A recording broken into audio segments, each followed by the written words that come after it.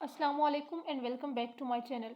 Last year हमने first year के सारे गेस्ट पेपर्स, मॉडल पेपर्स और उनके सॉल्यूशंस हर चीज़ को बहुत बहुत डिटेल से देखा। इस दफ़ा हम सेकेंड ईयर को देख रहे हैं।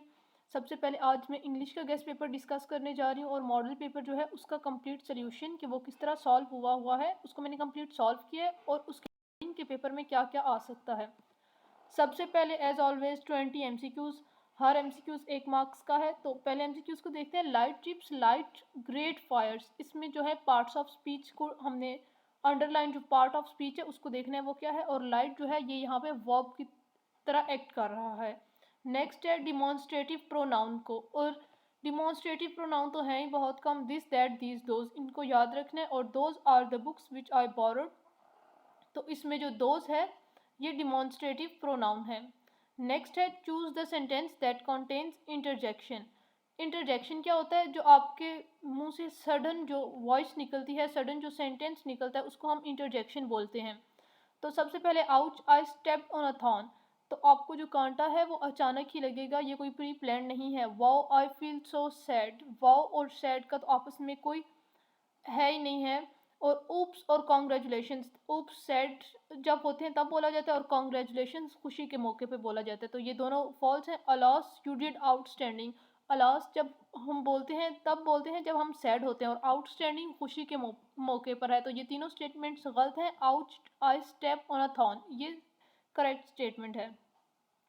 Keep going in spite of the setbacks. The underline preposition is in spite of. Although ये दिखने में 3 वर्ड्स हैं but it is a simple preposition। यहाँ पे ये एक के लिए ही काम कर रही है। He stayed home dash it was raining heavily. Conjunction यहाँ पे कौन सी लगेगी? ही स्टेड होम, वो घर रहा, लेकिन क्यों रहा? इसकी आगे रीज़न है because it was raining heavily. Because जो है ये रीज़न को बताने के लिए यूज़ हुआ है। नेक्स्ट है identify the adjective phrase. Adjective phrase को इस सेंटेंस में से हमने देखना है कौन सा है। Those are the books on the shelf have been, one second, those are the books on the shelf has been sold in the morning. Adjective phrase करेगा क्या? ये नाउन को मॉडिफाई करेगा। इसकी जो पहचान होगी वो ये है कि ये नाउन के बाद आएगा। बुक के बाद क्या आ रहा है? On the shelf. बुक्स कहाँ पे हैं? शेल्फ पे। ये नाउन को मॉडिफाई कर रहा है, इसलिए ऑन द शेल्फ जो है ये एडजेक्टिव फ्रेज है। Which question does the adverb phrase answer in this sentence? He worked with dedication. He worked how? उसने कैसे काम किया? वैसे ये एडवर्ब फ्रेज का काम क्या है? ये नाउन या एडवर्ब को मॉडिफाई करता है। यहाँ पे ये वर्ब को मॉडिफाई कर रहा है। उसने कैसे काम किया? डेडिकेशन के साथ। In which sentence does the prepositional phrase acts as an adjective phrase? First sentence में देखते हैं the boy with blue cap. Boy के बाद जो ये वर्ड है ना, with the blue cap, boy के बाद आ रहा है तो ये एडजेक्टिव फ्रेज है। और विद से स्टार्ट हो रहा है तो ये prepositional फ्रेज है। तो यहाँ पे जो prepositional फ्रेज है वो as an adjective phrase act कर रही है। The dog ran across the field. The underline preposition is. Across the field क्या है? एडवर्बियल फ्रेज है। ये किसके बाद आ रहा है? वर्ब के बाद आ रहा है। द डॉग रैन वेयर, वो कहाँ भागा? वेयर जो है ये एडवर्बियल फ्रेज को रिप्रेजेंट करता है और ये अक्रॉस से स्टार्ट हो रहा है, इसलिए ये prepositional फ्रेज है। Which type of sentence is this? I went to market and I bought some fruit and, इसके अंदर है conjunction। और I went to the market ये बिल्कुल एक अलग सेंटेंस है। I bought some fruit दो अलग क्लॉजेज हैं, दोनों का अपना अपना सब्जेक्ट है, तो ये कंपाउंड सेंटेंस होगा। After months of hard work, the team finally began to elevate their reputation। इसको अगर हम देखें, सेंटेंस दिया हो तो उसका सिनोनिम या एंटोनिम निकालना ज़्यादा इजी होता है, तो ये अच्छी बात है। यहाँ पे दिया हुआ है, देखें। After months of hard work, कई महीनों की मेहनत के बाद टीम ने अपनी वापस रेपुटेशन रेज करना स्टार्ट की। उन्होंने अपनी रेपुटेशन पे काम किया। नेक्स्ट अगर हम 12th एमसीक्यूज देखें, a diligent student always complete his homework in time. तो अगर हम ये सेंटेंस ही देखें ऑप्शंस के बगैर, कौन सा स्टूडेंट है जो हमेशा काम पे टाइम पे काम करेगा? Hard working student. Never a lazy, never an inefficient student. His generous nature made him lovable to everyone in the village. Generous मतलब काइंड नेचर। इसका एंटोनिम हमने फाइंड करना था। काइंड इसका सिनोनिम है, तो स्टिंगी जो है ये इसका एंटोनिम है। Sarah looked out of the window at the dark clouds rolling in, looking like we are in a downpour. She said, infer the meaning of downpour. Downpour क्या है? इन्फर मीन्स आपने इस context को पढ़ने के बाद इसका मीनिंग देखना है, तो वो क्या बन रहा है, a heavy rain. Dark clouds के बाद हैवी रेन ही होगी। फ्रेंड वन क्या कह रहा है, the new manager seems very approachable. Friend too, या she is easy to talk and always listens. इसमें अप्रोचेबल क्या है, ईजी टू एक्सेस, जिसको हम इजी आसानी से एक्सेस कर सकें, उससे अपना कोई भी आप मैटर डिस्कस करें। इस सेंटेंस में सिमिली, सिमिली तो आप 9th 10th first year second year से पढ़ते आ रहे हैं। सिमिली क्या है, हर आई स्पार्कल्ड लाइक एमरल्ड्स, उसकी आंखें चमक रही हैं किस तरह, इसमें जो है ना लाइक, ये सिमिली को डिनोट कर रहा है। Which of the following expressions demonstrates personification, personification, the shadow crept silently across the room. अब पर्सोनिफिकेशन क्या है, किसी भी नॉन लिविंग थिंग को ह्यूमन की कैरेक्टरिस्टिक्स देना या एनिमल्स की कैरेक्टरिस्टिक्स देना, इसको हम पर्सोनिफिकेशन बोलते हैं। नेक्स्ट है the life is a riddle, ये क्या है, लाइफ को डायरेक्टली रिडल कहा है तो ये मेटाफर है।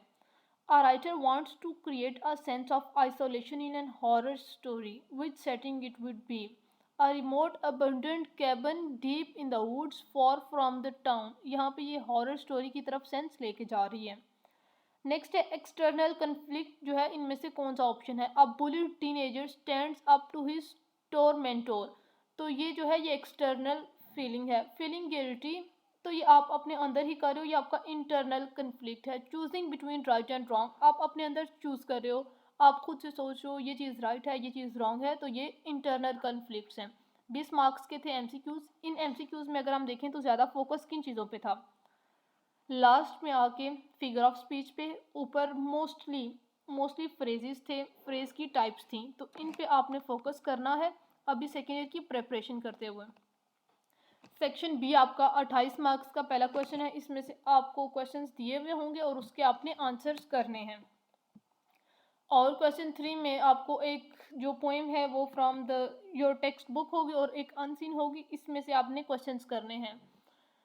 जो पार्ट बी है ये आपका फर्स्ट ईयर में भी आ चुका है इस तरह का। इसमें दो पार्ट्स हैं, एक इनमें से कोई एक क्वेश्चन अटेम्प्ट करना है, या तो सेटिंग को या राइजिंग एक्शन और रेजोल्यूशन। आपका जो भी अभी आपने सेकेंड ईयर में नावल पढ़ा है द पर्ल, उसमें से आपने इन उसमें से इजी रहेगा आपको ये करना। वैसे आप कोई भी ओवरऑल ले सकते हैं बट वो इजी हैं। सेक्शन सी क्या है, एक ऐसे को अटेम्प्ट करना है और ऐसे की आपको आउटलाइंस दी हुई हैं। माय नेटिव टाउन है तो उसकी आउटलाइंस आपको गिवन है, और आर्टिफिशियल इंटेलिजेंस के यूजेस और अब्यूजेस पे है तो इसकी भी आपको आउटलाइंस दी हैं कि एआई की इम्पोर्टेंस बतानी है, उसके जो है वो बेनिफिट्स बताने हैं, फिर जो है उसके अब्यूजेस बताने हैं, फिर कंक्लूजन आपने निकालना है। यहाँ तक थोड़ा सा आपको लिखने का काम था। Next only and only based on your grammar, like first जो है क्वेश्चन 5 का री राइट द फॉलोइंग सेंटेंस, इसमें से कोई भी आपको 6 एरर्स निकालने हैं। वो स्पेलिंग के हो सकते हैं, स्ट्रक्चर के, नॉन प्रोनाउन एग्रीमेंट के, पंचुएशन के, स्पेलिंग के। अगर हम देखें ये तो every morning Slim wakes up to go to school, इसमें तो कोई मिस्टेक नहीं है। He quickly brushes his teeth and pack his bag before she, ये प्रोनाउन की यहाँ पे मिस्टेक है, before he leaves, because Slim is a boy. His mother always says that it is important for him to do his best in the studies. His mother जो है ये पहले आएगा और always जो है ये बाद में आएगा। His mother always says that it is important.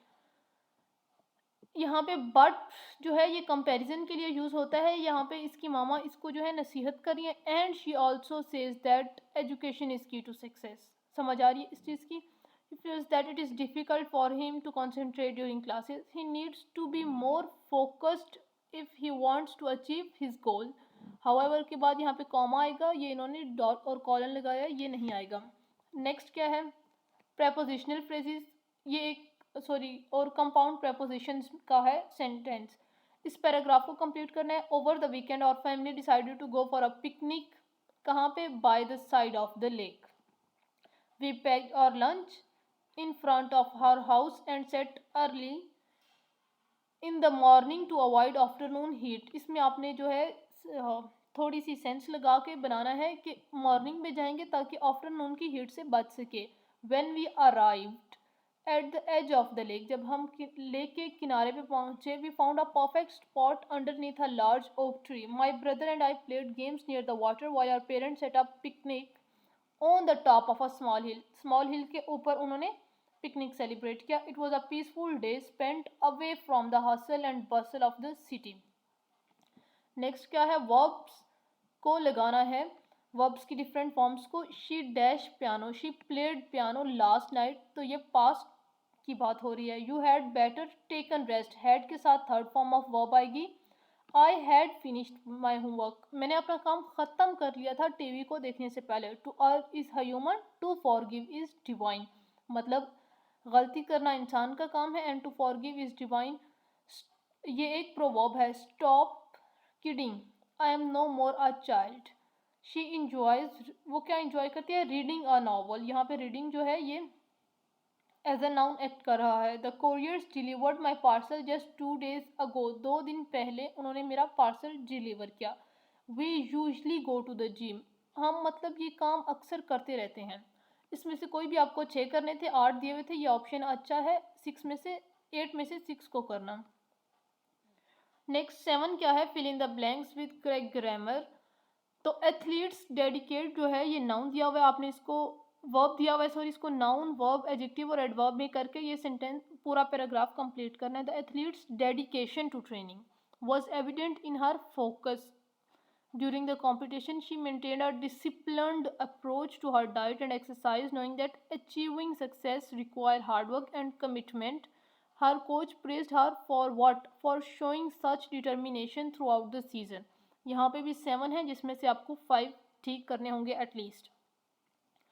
Next transitional devices आपने याद करनी है, ये भी कोई मुश्किल नहीं होगी. मैं इसका आपको एक टेबल नेक्स्ट वीडियो में इंशाल्लाह प्रोवाइड करूँगी जिसमें ये सारा कुछ लिखा होगा. आपने कोई भी ट्रांजिशनल डिवाइसेस उठा के इसमें लिख लेनी है. तो इसमें जो है, when the psychiatrist left the mother went into her room to plan how to handle the crisis. पहला है टाइम के अकॉर्डिंग आपने ट्रांजिशनल डिवाइसेस यूज़ करने हैं. तो इसमें जो बेहतर रहेगी वो है, first she walked into her daughter's room and she was overwhelmed with sorrow. She saw her daughter, however she didn't say anything. लेकिन उसने कुछ कहा नहीं, but उसने अपनी बेटी को देखा. She loved her daughter because they were best friends. Finally the mother broke the ice. Dearest daughter, don't ruin your life. Indeed life is a beautiful if you kept your hope alive and do not give up. इसमें ये transitional devices use करनी थी. यहाँ पे paper जो है वो ख़त्म हो रहा है. नीचे SLOs में क्या गिवन है ये हम देखते हैं कि आपकी जो ग्रामर थी वो कहाँ से आई है. Parts of speech, tenses, structure और वोकेबलरी. अब नेक्स्ट नीचे गिवन था वोकेबलरी कहाँ से, 9, 10 फर्स्ट ईयर सेकेंड ईयर की बेसिस पे आपकी वोकेबलरी आएगी.